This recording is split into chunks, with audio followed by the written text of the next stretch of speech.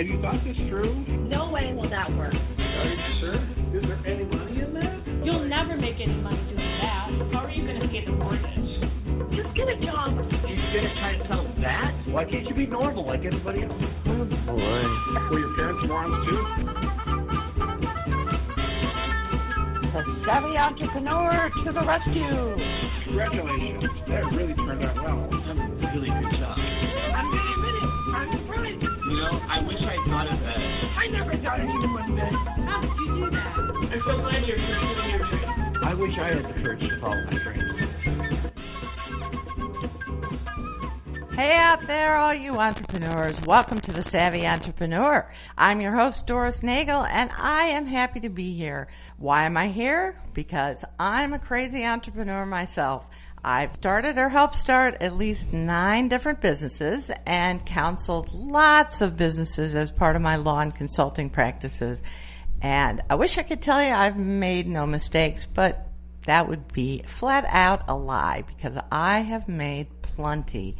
So my passion here at the Savvy Entrepreneur is to help find resources and share stories to inspire entrepreneurs and would-be entrepreneurs. If you would like to be a guest on the show, you've got an issue or a challenge, just want to call and shoot the breeze, you can email me anytime, dnagel, N-A-G-E-L, at lakesradio.org. The show will be better for your input, I promise. So without further ado, I'd like to introduce our topic and our guest for this morning.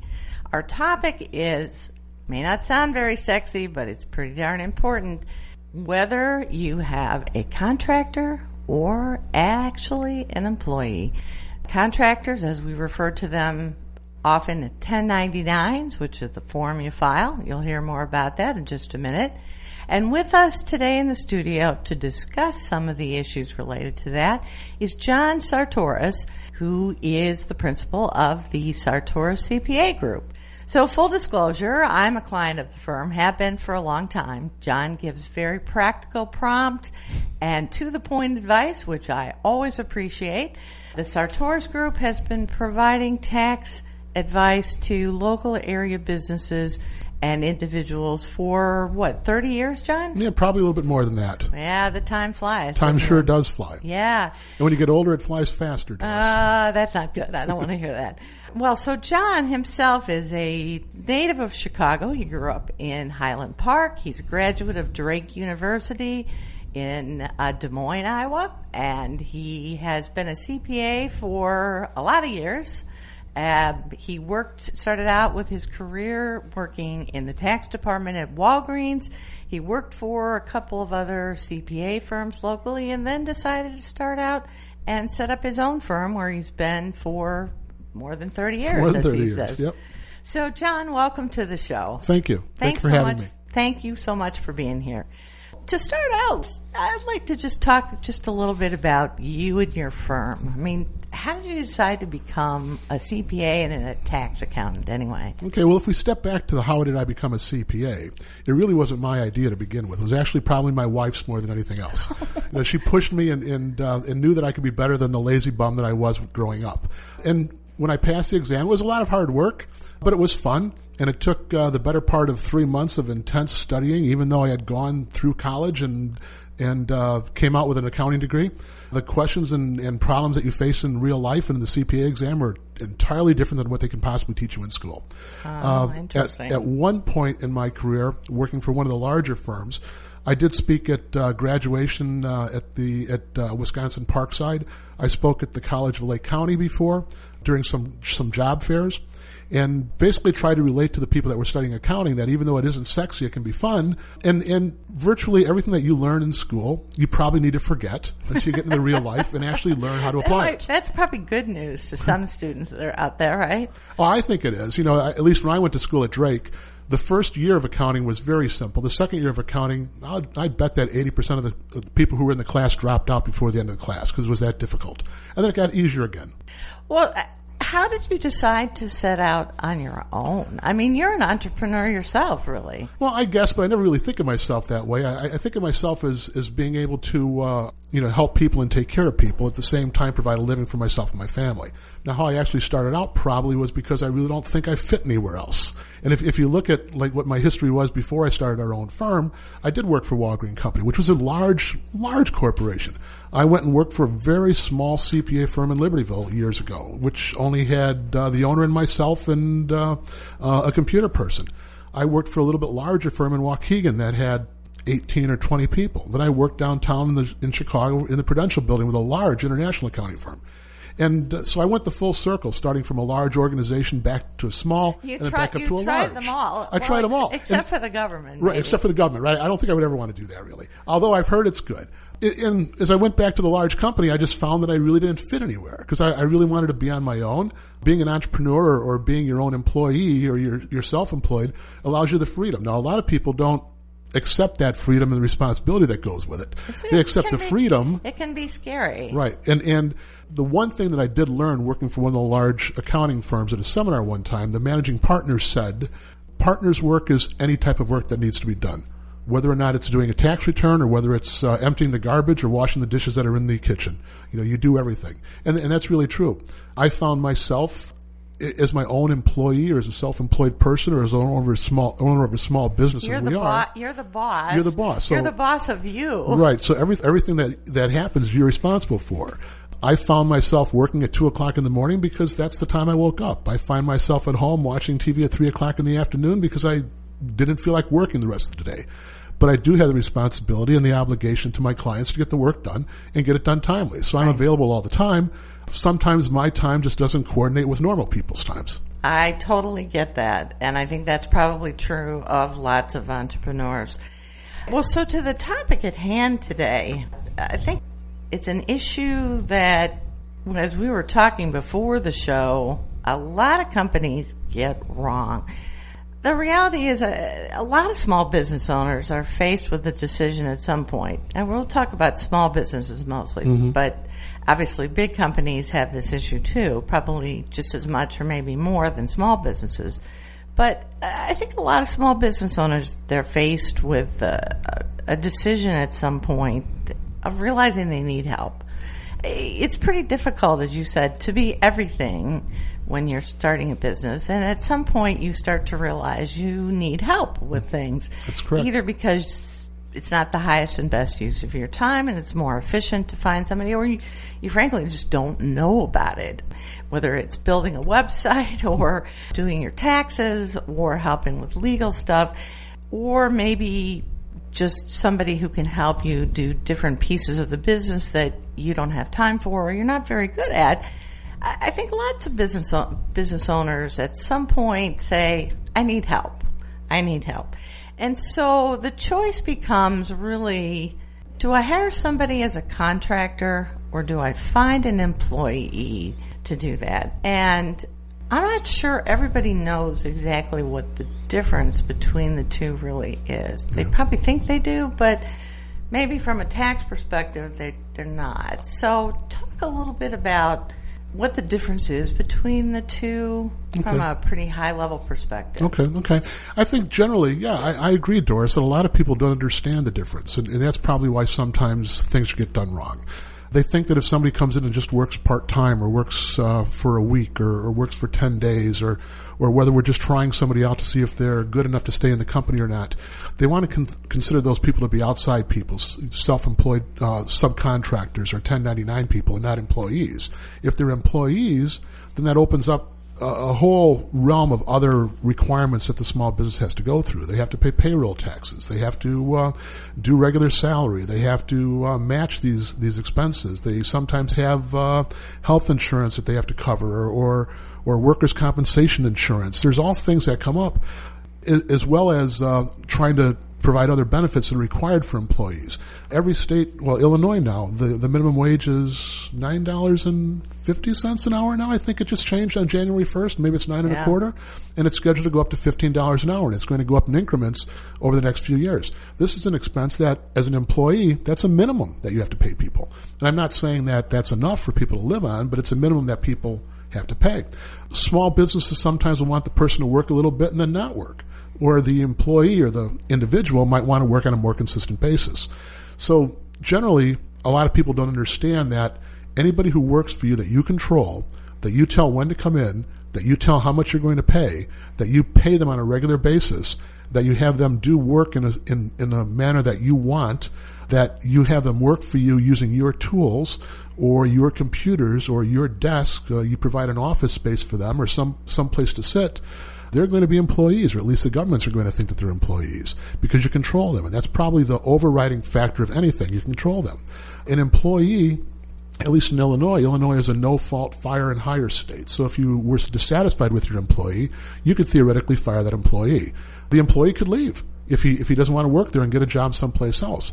But the reality, if he's a subcontractor, a 1099 person, as the word subcontract says, there should be a contract, and this contract is a requirement. This contract is an obligation.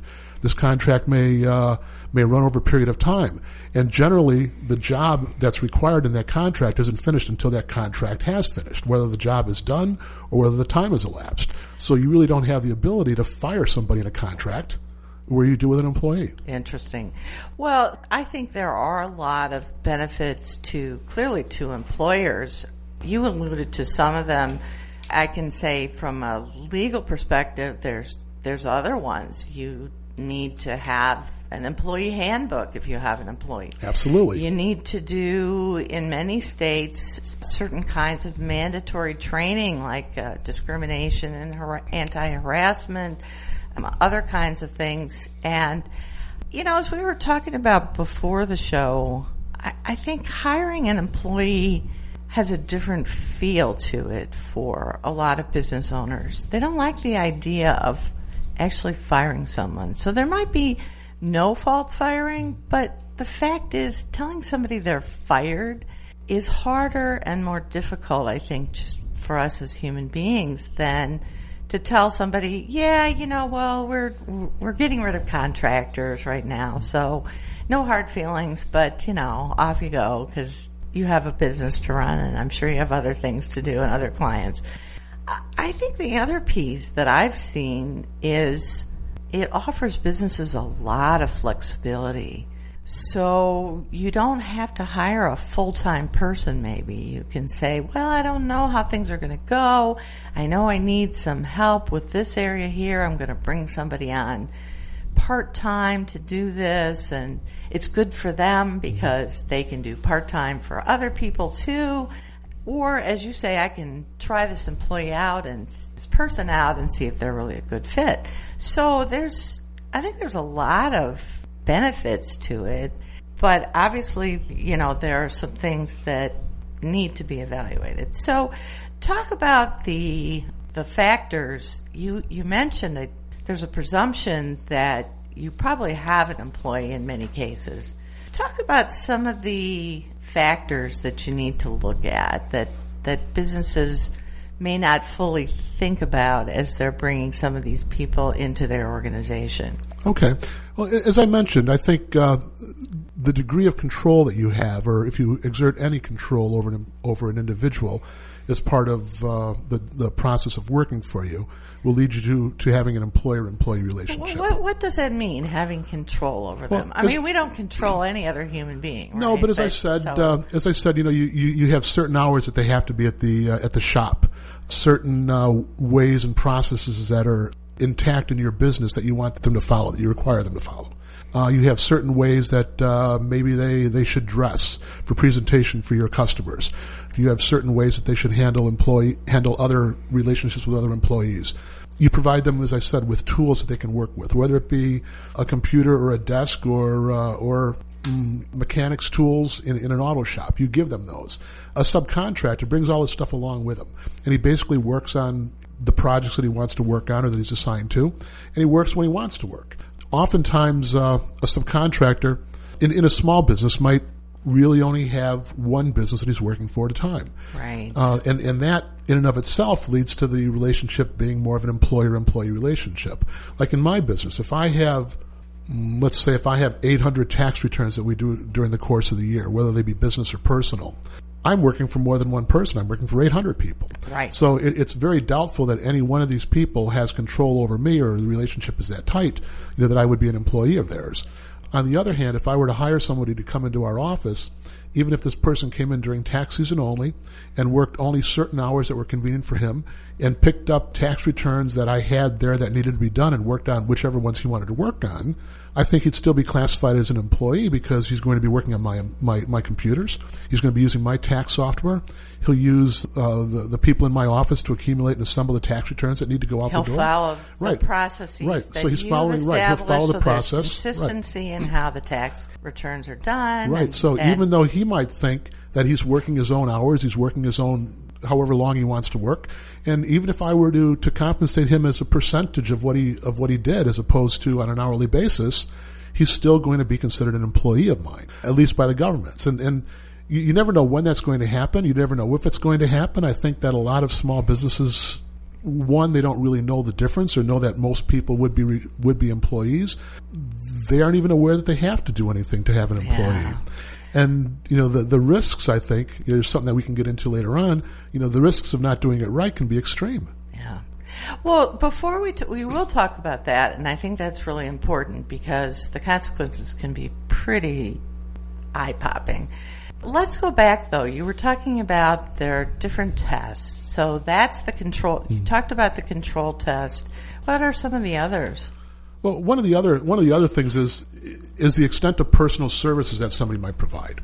If they're providing a personal service to your customers, or if like I said before, if they're doing things in a certain way to benefit your customers, then that's something that you've established, that you've set up. That is essentially another control issue, but it's another way that they would be considered to be employees. So give an example or two of that, maybe. Well, boy, it's difficult to say on an individual basis. In our business, let's say, or if you're working in a mechanic shop or in an auto repair shop, how courteous you are to the customers that come in. You might wash their cars for them. You might do different personal services that are customarily something that your business would provide specifically to differentiate yourself from your competition. So these are processes and procedures that you've established for your business that now you're requiring these other employees or outside contractors to fulfill. Again, then that leads them to more being employees and subcontractors because they're following your processes. Is that what they refer to as the ordinary course of business for a business? Yeah, I would think that could be generally called the ordinary course of business, how you normally operate and the procedures that you follow. So I think the classic example that I was reading about is, let's say you hire somebody to paint your office and you're a bank, let's say. So painting is not in the ordinary course of your business. No, that's correct. It's a service that you need from time to time, and so you hire somebody to do it. It's certainly not integral to operating a bank, for example. But if you're a painting company and you hire part-time painters to help you with different jobs, that's the ordinary course of painting is now the ordinary course of a painting business. That really is a perfect example where you're hiring people to do the service that you provide to your customers generally. When we hire a painter to paint in our office or a company to put up blinds in our windows and things, we're not the only entity that they're doing it for. And that's generally not what we do. We don't paint and we don't, install blinds. This other company has employees or subcontractors who might do that, and that could raise a problem and question, but they're not going to be our employees. One of the other tests might be if the people that you're hiring are in another company themselves and are not individuals. If they have employees, if they have other customers, if they're working for 30 or 40 different people on a regular basis, then they can't possibly be your employee. Yeah. They're their own employee. They're right. outside contractors. It's well, another test. And I think your business example is probably a pretty perfect one, actually, because let's say you have a software business and you need your taxes done. Well, having your taxes done by a firm like yours is not really, it only happens maybe once a year or maybe 4 times a year. You help them file various forms that they need to file, but it's not a recurring part of the business. And as you say, you have maybe 800 clients, and so, it's pretty difficult for anybody to claim that the Sartoris CPA Group is actually an employee of this software company because it's a small business expense in the scheme of things, and you have tons of other clients. Right. One of the other ways, to differentiate between an employee and an outside contractor or a subcontractor might be that the employee really doesn't have risk of loss. He receives his paycheck and that's all he gets. If he doesn't do a good job, he either gets terminated or gets talked to, but he'll still receive his paycheck. As a subcontractor, if things go wrong, you can be responsible for additional expenses that might go beyond the cost of what the project might be to try and remedy the problem that arose or satisfy your customer. So there's risk involved. An employee doesn't have that risk.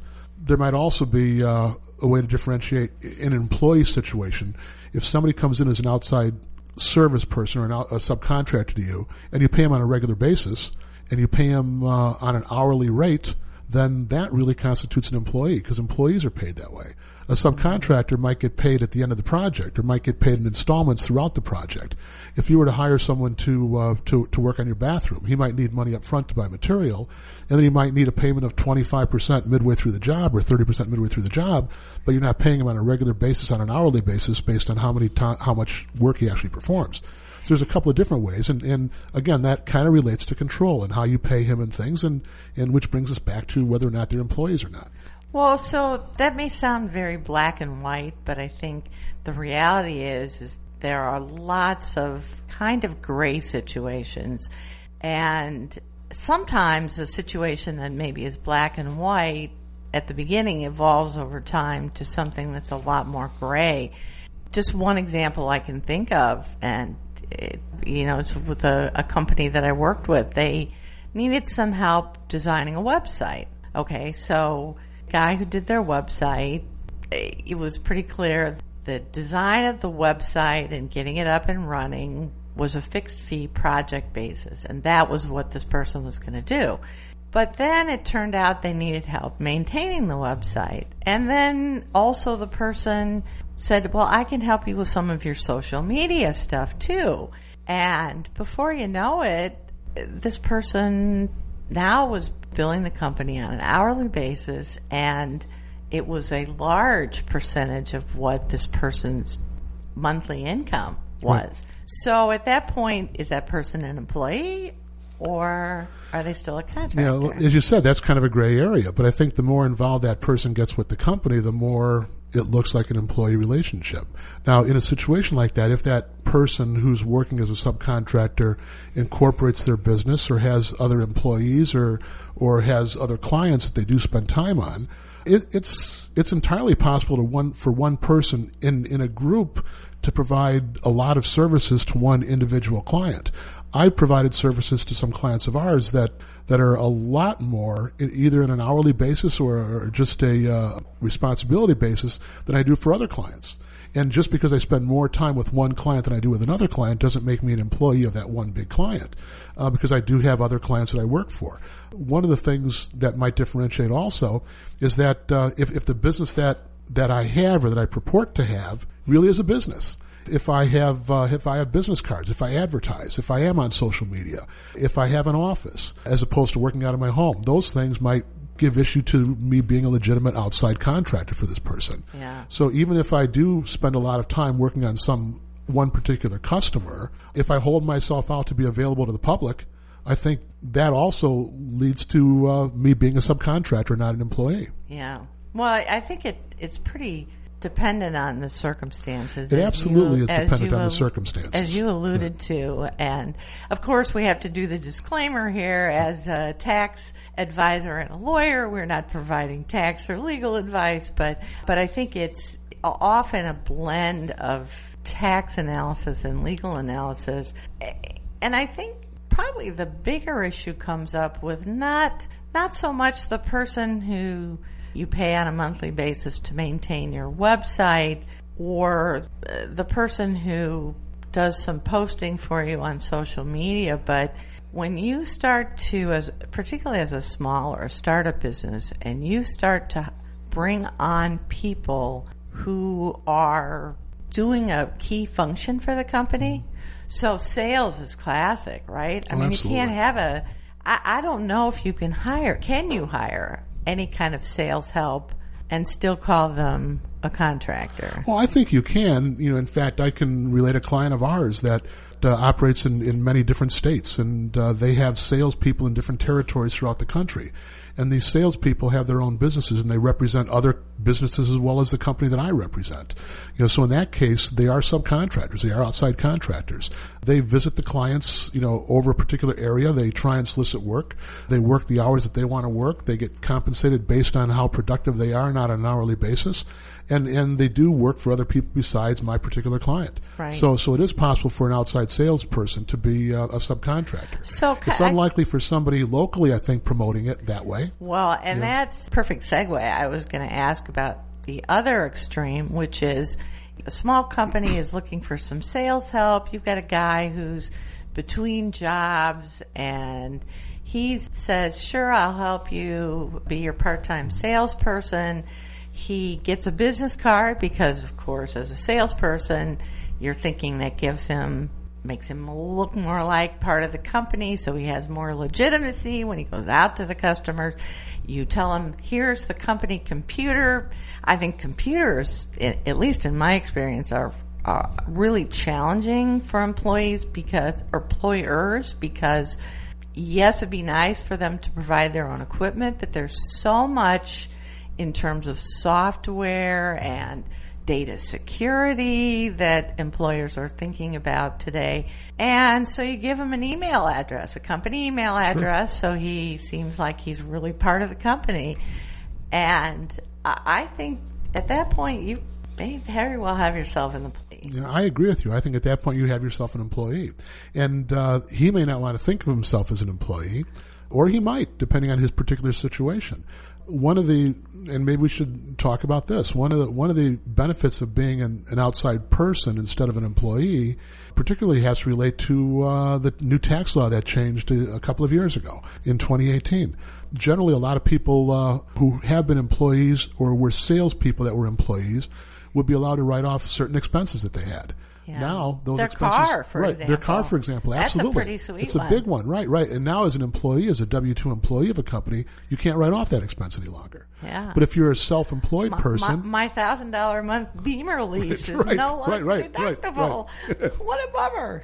That's why my car only costs me $100 a month. No, but you're absolutely right. Now, if I were not an employee and were my own business and were a subcontractor, I would include my income on a form on the tax return called a Schedule C. And then I would be able to write off my business expenses associated with that. Now, whether or not I would legitimately be entitled to do that, because the question of whether or not I'm really an employee or a subcontractor, that's an issue for another time or a topic for another discussion, whether you're doing it right or not. But there are reasons that outside person might want to continue to be an outside person. It does give you, as you alluded to in your own situation, a certain amount of freedom to be able to say, I'm not coming here Tuesday to your office. I have to take my child to the doctor, right. Or I want to go to my child's softball tournament, or I have something else I want to do, and Tuesday's my day to do that. Right. And that's okay. Right. And, as you said, if you want to do that, if you want to take the time off, if you want that freedom, and if you have a project that you're required to perform and complete, and you have that project has a deadline date of a month from now, you know that you've got to perform and get that project done a month from now. It doesn't matter whether you do it today or whether you're doing it tomorrow, as long as you meet the obligations of that deadline. Right. Whereas as an employer, as somebody working, for a company, again, if we talk about social media, where you're posting regular commentary on Twitter or on Facebook or any of the social media sites that might be out there now, you're probably going to be working on that all throughout the day, posting things. Again, You're working all day. You're working for that person. You're an employee in that situation. Yeah. So how common do you think the mischaracterization is? I personally have seen a whole lot of it. Small companies, even really big companies. I think that the misclassification is a lot. There's a lot of misclassification. And you say small companies and big companies. I think primarily we're talking about small companies at this broadcast, but large companies too.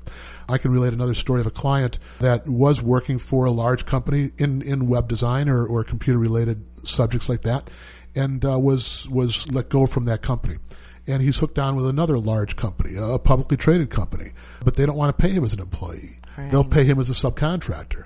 So he's gone out and established a corporation on his own, and we're going to go through the process of properly filing tax returns, of doing payroll tax returns, of getting workers' comp insurance, of doing everything right to legitimize that company, his company, and treat him as a separate business. Now, he'll hold himself out for other companies as well, but primarily he'll probably be working for this large company.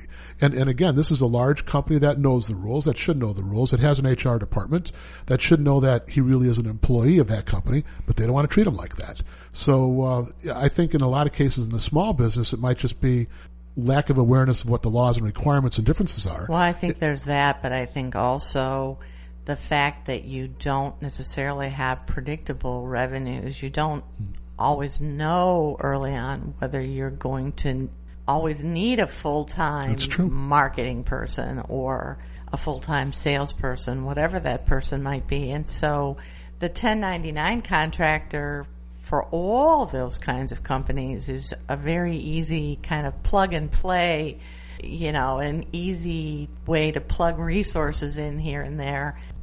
Sometimes I think convenience overrides other considerations. Oh, I agree with that. I think convenience does override like that. And what happens in a situation like that, you're saying that you have a marketing person and you're paying this person as an outside contractor and you no longer need that marketing person anymore, is you let them go.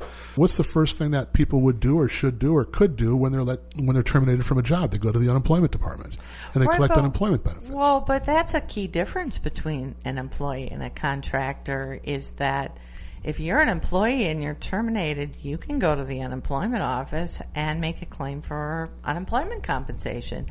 If you're a contractor, you're not an employee, and therefore you're not entitled to unemployment compensation because you weren't employed. That's absolutely correct. But what if you don't really know that you're not, as an employee or as the individual, you don't really know whether or not you're entitled to those benefits?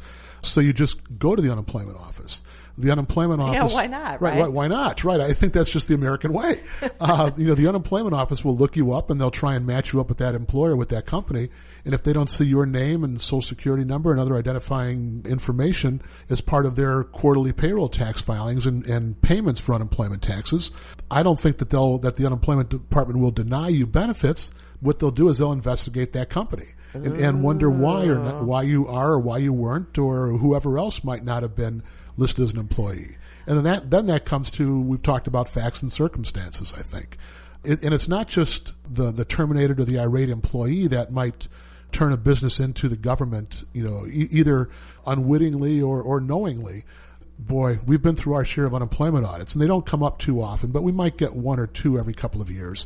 And I remember speaking with one of the... What triggers those, by the way? Well, that's what I was just going to say. I remember speaking with one of the auditors one time, and he told me that he came across this company at church. And I asked him about at church, what are you talking about? And as he's sitting there at church listening to the sermon, he's flipping through the weekly bulletin. And churches go out and they advertise, and they try and bring companies into advertising their bulletins as a source of revenue. And he's looking at this company. It's a little small construction company. So he remembered, or took the bulletin back with him. Next time he was in the office, he started searching for that company and finding that company didn't file payroll tax returns or wasn't listed, on their database. So he went out and made a call, and that led to, you do have employees, or you do have people that you're saying are subcontractors, and they should be employees. And that's, my goodness. Yes, there's odd ways that this can happen. Well, I suppose competitors can get kind of cranky too. Oh, absolutely, sure. Because when you think about it, if you're characterizing the people who do the work for your company as a contractor, you're not paying all those benefits that you're talking about. Maybe you're not paying them minimum wage because you don't have to. Maybe you're not paying their payroll taxes or their unemployment taxes, but your competitor is trying hard to comply with all that stuff, and they're incurring all those costs. So, they might, I suppose. Oh, no, absolutely. It could be the competitors, right? Because, they might look at you and think that you have an unfair advantage because you can charge if you're doing construction work, for example, you can charge a lower hourly rate because you don't have all those overhead costs. Not that you shouldn't have those overhead costs, but you don't. Right. And they might look at jobs that they just can't get, either because they are trying to do things properly, and it could be their own fault. They might not be as efficient as you in your operation. It could also be looking at, similarly, you could look at the differences between whether you're a unionized shop or a non-union shop, because there's benefits that union employees receive over and above what a non-union shop might be. And that leads to cost competition. So it could be situations like that. I think in a lot of cases, whenever these situations come out, or whether you're under audit for something like this, or whether an audit does come out because of you, I think you have to probably put over in the column of dumb luck more than anything else. I don't think I hope people listening process that. That's a pretty important point you just made, which is that you don't get caught is probably just dumb luck. Right. I think that's true. I think eventually you will get caught, or something will happen that triggers it, and it's better to do it right, because if you do get caught and you are audited and you are found to have employees and not subcontractors, the penalties just can be unbelievably severe. Okay, now, so we'll talk about some of the bad things that can happen. You know, we lawyers and tax accountants always like to tell our clients about terrible things that'll happen, but in this case, they're not good, really. Well, if we go back in time, when I first started as a public accountant, as a CPA, the penalty for not filing 1099 forms when you should file the 1099 forms was $50. And nobody really policed it. Nobody really seemed to care about it. Now, I don't know if it was really the fact that the government was smaller. There weren't as many 1099s. There weren't as many 1099s. The gig economy was not as it is now. Right. Generally everybody worked for a large company, for a bigger company. They were put on the payroll and taken care of. There weren't the big defined benefit pension plans that companies had to pay for. Health insurance wasn't nearly as expensive as it is now that companies had to pay for. So and I'm sure that a lot of you who work in a job, work for a company, might have seen your health benefits cut down, or the fact that you have to contribute to those benefits and pay for those out of your pocket now. Or maybe been eliminated completely, where if we're talking 20 or 30 years ago, having health insurance at your employer was just common. Everybody got it. I think that's true for a lot of people who decide to try to do work as an independent contractor, is they suddenly have visibility to some of those kinds of costs, and it can be pretty eye-popping. Oh, right. Before we were actually on the broadcast, I mentioned to Doris, my son who works for a local school district. If you look at the cost of his health insurance alone for his family and compare that to his salary, the cost of health insurance is, amazing what the school district actually pays for him. It's such a fantastic benefit. Now, I'm sure it's a nice plan. I'm sure he's got a lot of benefits in that plan. I'm sure it's a better health plan that I have than myself. But still, it's part of his compensation that he doesn't necessarily, he probably thinks about it, but a lot of people don't think about it, because you're brought up thinking that it's something that you should be entitled to. And nowadays, you're really not entitled to. I had done just a little quick research before the show, and the statistic that are out there about what the salary benefit ratio is. Mm-hmm. Salary oftentimes is only somewhere, one study said 62 something percent, another one was 68%. So, take kind of a midpoint, 67%. That means that when you have an employee, you're working in a company as an employee, you get a W-2, get a paycheck, that a third of your compensation on average is benefits. It doesn't even show up in your compensation. It's just a benefit for you. It's something that you're getting that you're not paying tax on.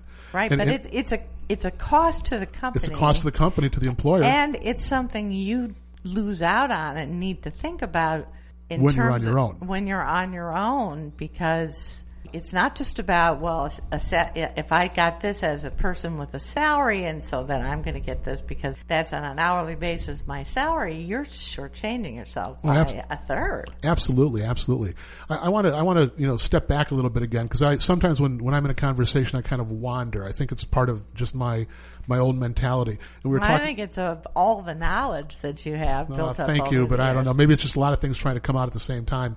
All trying to get away from me. You know what I mean? Trying to run away from me. Let me say that.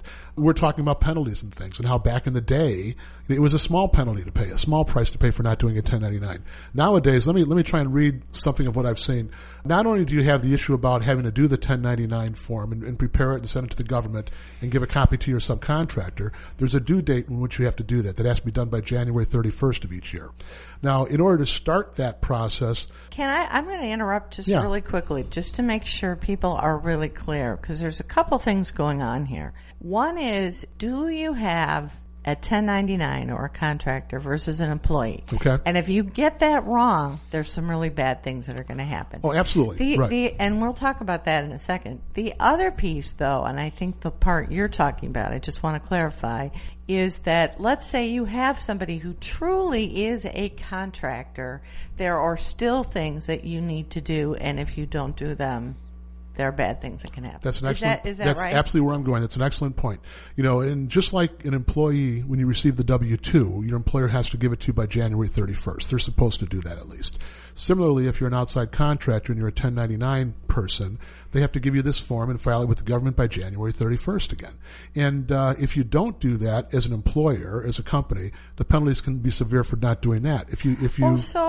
In other words, when I do a project for somebody and they ask me to fill out, a W-9? It's a W-9, right? It's different than a W-4. Or a W-4. A W-4 is the employee. A W-9 is for the subcontractor. Right. So when I'm doing a project for a company, if they ask me to fill out a W-9 form, that's a good thing. That means they're doing what they're supposed to do. They're trying to do it right, absolutely. And that W-9 form will ask a couple of questions. Obviously, it asks your name and address and identification number. And your tax.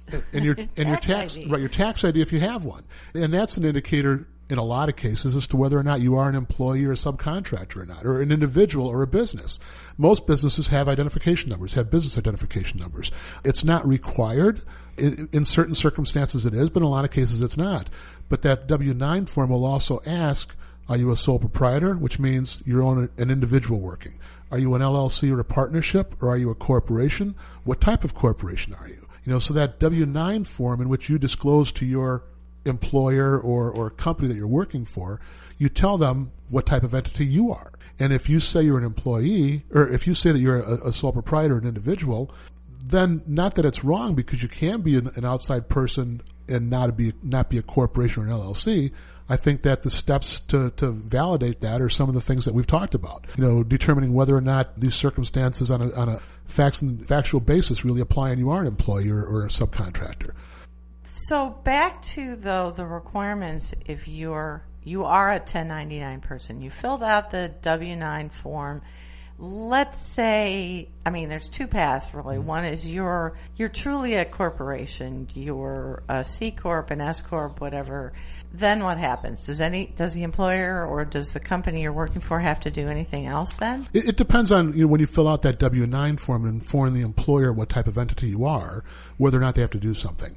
The requirements is that if you pay an individual $600 or more during the course of the year for personal services that they provide, whether these services are, building a web page or doing a tax return for you, or providing any other type of service, and I'm saying not selling a product to you, providing a service, then you have to do a 1099 for that person.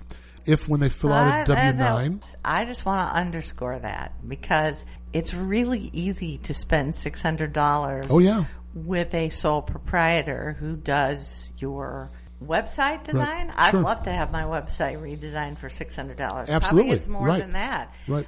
And that amount has not changed in years. It's been $600. Right. So virtually anybody that you bring into work, you're going to pay more than $600 for. Correct. So I just wanted to underscore that point, because that's a pretty low threshold. It's a very low threshold. So let's say you pay them more than $600. Then what? Then you're supposed to, let me step back a second. For anybody who is an individual or a partnership or an LLC that you pay $600 or more, then as the business, you're supposed to give that person or entity a 1099 form and file it with the IRS. Then they pick that up and report it as taxable income on their tax return. Generally, you do not have to fill out and submit a 1099 form for corporations, whether they're C corporations or S corporations, and at some later time we can talk about the differences in those entities. However, if you pay an attorney, no matter how much you pay an attorney, no matter whether the attorney is an S corporation or a C corporation, you're still supposed to complete a 1099 form for that attorney. I hope your businesses are listening to that out there, because what percentage of the businesses that you work for, just out of curiosity, before they've been counseled appropriately by John Sartoris and the Sartoris CPA Group, what percentage of companies would you say actually know that they need to do that? Boy, if you ask me the question in this way, what percentage of new businesses that we begin our relationship with and become a client of ours are doing 1099s before we talk to them and tell them they should be, I'd say the number is close to zero. I honestly think, because I really don't think that the general average person who starts a business realizes that. Now, if they've had counsel before, they should be doing it. Yeah. One of the things that we do is talk to our clients constantly about that. And in the month of January particularly, we begin to nag our clients and say, is there anybody you've done that you've paid more than $600 to? In the last, let's say, a half a dozen years, on your income tax return, whether it's your business Schedule C or your rental property Schedule E or your corporate tax return or your partnership tax return, the IRS asks two key questions.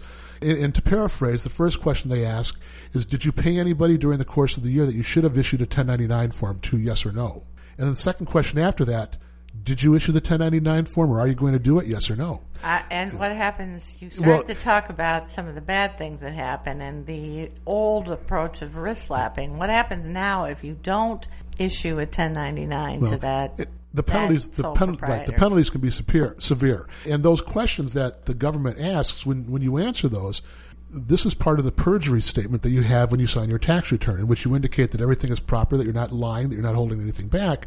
So if you answer those questions wrong, or answer those questions as a lie, let's say, then you're putting yourself in a state of perjury. And if you answer those questions and say to the IRS, oh yeah, we did pay people, but we're not going to issue 1099 forms to them, I think that in and of itself... Now you've got willful non-compliance. Right, you've got willful non-compliance, and you've got their computers just going nuts. Because their computers just look at those answers and say, oh my goodness, we need to look at these people and check it out. So you will be audited. So what happens? Well, if you don't... Let me read what I'd found. The intentional disregard for not filing a 1099 form is $270 per instance with no maximum penalty for the year. So, for example, if you had 10 people and you didn't file 1099s for them and they were subcontractors, that's a $2,700 fine right there. And it can just go up. And then if you don't file them timely, the penalty, if you look at this, and it can range from $50 to $270 per 1099. And the maximum that they can charge you during a year is $1,113,000. That would be a relatively significant hit to a lot of businesses. I think that would hurt a lot of companies. Yes, it would. And just for something that you're really innocent for. Even if you just did an oops and you figured it out later. Well, that's why, if we come across when we're doing a tax return and the situation presents itself that they didn't properly prepare 1099s, we will do the 1099s and file them late, and do it, because it's better to comply and say, hey, they didn't know, we didn't realize. It's always easier to ask for forgiveness than to try and just be negligent and not comply with the law. That's a definite violation. All right, so we're going to be out of time here in just a minute, but before we wrap up, I want to go back to the issue of employee versus contractor, where we started out, and talk about the fact that a lot of employers mischaracterize this. They get that wrong. Mm-hmm. They think it's a contractor and it's really an employee. And it's interesting, I saw an article that said mischaracterization was really not the right way to put it. Mischaracterization sounds kind of like, oh, whoopsie, I just, we messed up. But it can also be characterized as payroll fraud, which sounds a whole lot more serious. Talk about some of the consequences if you get it wrong, get that distinction wrong. How does that come up? And I think you alluded to some of the ways it comes up, just the church bulletin or the competitors. But I'm sure there are other ways it comes up. And what happens if you got that wrong? Well, one thing that the governments have done, probably in the last 10 years, is they share a lot of information. The Internal Revenue Service shares information with the state of Illinois. The state of Illinois shares back with internal revenue, and all the states share the same information, particularly, local states around here. I think that if fraud comes up and you haven't filed these payroll tax returns properly, or even in the situation if you are filing tax returns and not paying the proper payroll taxes, you can be assessed 100% penalty in which you're responsible for not only paying the payroll taxes, but the penalty can be 100% or more of what the payroll taxes should have been. Wow. So again, it can be, if you've got somebody who's been around for 5 or 6 years, who's been working kind of sort of full time, that could be a lot. It could be a lot. And that's why, one of the issues that we probably should talk about in the last few minutes that we have here is, you do have the ability, if you think you're doing things wrong, if you've been issuing 1099s to these employees and they really are to these people and they really are employees and should be on your payroll, there's a voluntary compliance process that you can go through with the IRS in which you could say to the IRS, oh, hey man, I just found out that I'm doing things wrong. These people are really employees. And you could essentially confess to the IRS and try and get it right. Now, is that a good idea? Well, as much as I would like to say no, it probably is a good idea because one of the benefits of this is you're going to be doing it right. And if you open yourself up to the IRS and express the problem that's occurred and file the proper forms and disclose the information, everything that you've done in the past, they will not audit you for anything related to that. They will come in. It could be huge. They will come in and they will accept a 10% of the tax payment that should have been required instead of the entire tax payment that should be required. And they won't charge you penalties and interest on that money. Wow. So if you want to do it right and want to get yourself on the right step, that's a process that you should undertake or should at least look into doing. Do a lot of companies do that? No, surprisingly no, because I don't think a lot of companies realize that it's out there. Ah. Yeah, and as we talked about, I think a lot of companies don't realize that they're really doing anything wrong. And I think education is more important than anything. And if there were a shop that was offered at the College of Lake County, that would and there probably is, I don't know, that would instruct small businesses on the processes and things that they have to do, and everyone attended it, I think it'd be great. But I think that a lot of people just don't understand and don't realize that they are doing something wrong. Yeah. Well, and I think the creep factor that I alluded to earlier is something that happens. I mean, you find a contractor, you find an individual who's really helpful and cost effective and seems to understand your business, and it's really natural to want that person to become more and more an integral part of the business as you grow your business. I think particularly for small businesses, I've seen that a lot, at least, and I think that happens. Oh, no, I agree entirely. It happens as you find these people. You want them to become more involved in your business because they can provide services to yourself and to your customers and things, and then that really turns them into employees. Yeah. Well, and there's certainly been a lot of this in the news. I don't know if this is an enforcement focus, but it certainly seems to keep coming up in the news a lot. I mean, FedEx was in the news not too long ago with their drivers. Right. Obviously, Uber got a lot of press in California claiming that these were independent drivers, and they were saying, no, you tell me exactly the processes to use and the software to use. You set the rates, all that kind of stuff.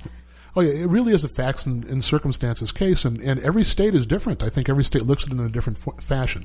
Illinois, since we're in Illinois is a state that really needs money. And I think that Illinois is going to be looking at compliance going forward more than some other fiscally responsible states. And not to say that Illinois isn't responsible, but living here my entire life, I sometimes question whether or not the money is being spent properly. And I know they need more. They certainly need it, that's for sure. Any final words of advice on best practices for small businesses? Well, I think I think the most important thing is talk to your attorney when you're starting the business and find an accountant that can give you advice and talk to them. It's worth spending a few dollars to make sure you're doing things right from the start, rather than spending 2 or 3 years and worrying about it and not doing anything about it. And then 2 or 3 years more pass and you've dug yourself a big hole that might be difficult to crawl out of. It's better to try and do things right from the start. That's great advice. So I want to say thank you to John Thank you, Doris. and the Sartoris CPA Group for being our guest today. I hope our listeners have learned at least a little bit about some of the differences between employees and contractors and some of the consequences if they don't get it right. So, John, again, thanks for being our guest here today. Thanks for having me. So, folks can learn more about this issue by visiting my website at www.globalocityservices.com or my legal website, forsythialaw.com. You can also visit John's website. John, your website? My website is sartoriscpagroup.com. All right. So be sure to join us next week when our guest will be Marcia McVicker and Mickey York. They are the co-principals of a company called Aaron Solutions. Their business that they've started, Aaron Solutions, runs errands of all sorts for busy individuals, and they have some great stories to tell. They'll share their successes and they'll share some of the challenges. I promise it will be a great listen. So be sure to join us next week. And until then, folks, I'm Doris Nagel with The Savvy Entrepreneur, wishing all of you entrepreneurs out there happy entrepreneuring.